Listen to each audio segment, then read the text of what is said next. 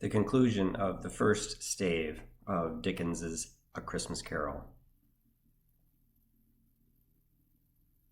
Mercy, dreadful apparition, why do you trouble me? Why do spirits walk the earth, and why do they come to me?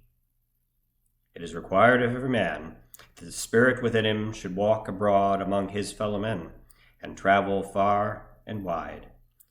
And if that spirit goes not forth in life, it is condemned to do so after death. I cannot tell you all I would. A very little more is permitted to me. I cannot rest. I cannot stay. I cannot linger anywhere. My spirit never walked beyond our counting house. Mark me, in my life my spirit never roved beyond the narrow limits of our money-changing hole, and weary journeys lie before me. 7 years dead, and traveling all the time. You travel fast? On the wings of the wind. You might have got over a great quantity of ground in 7 years. Oh, blind man, not to know that ages of incessant labor by immortal creatures for this earth must pass into eternity before the good of which it is susceptible is all developed. Not to know that any spirit working kindly in its little sphere, whatever it may be, will find its mortal life too short for its vast means of usefulness.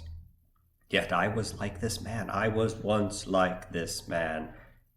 But you were always a good man of business, Jacob. Business. Mankind was my business. The common welfare was my business. Charity, mercy, forbearance, benevolence were all my business. The dealings of my trade were but a drop of water in the comprehensive ocean of my business. Scrooge was very much dismayed to hear the spectre going on at this rate, and began to quake exceedingly. Hear me, my time is nearly gone. I will, but don't be too hard upon me. Don't be flowery, Jacob, pray.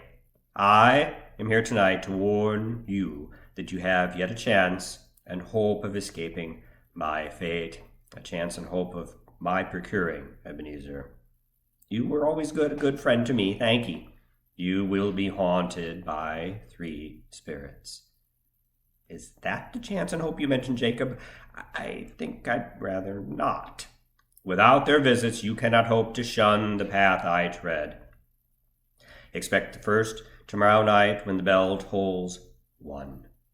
Expect the second on the next night at the same hour. The third upon the next night when the last stroke of 12 has ceased to vibrate. Look to see me no more, and look that, for your own sake, you remember what has passed between us.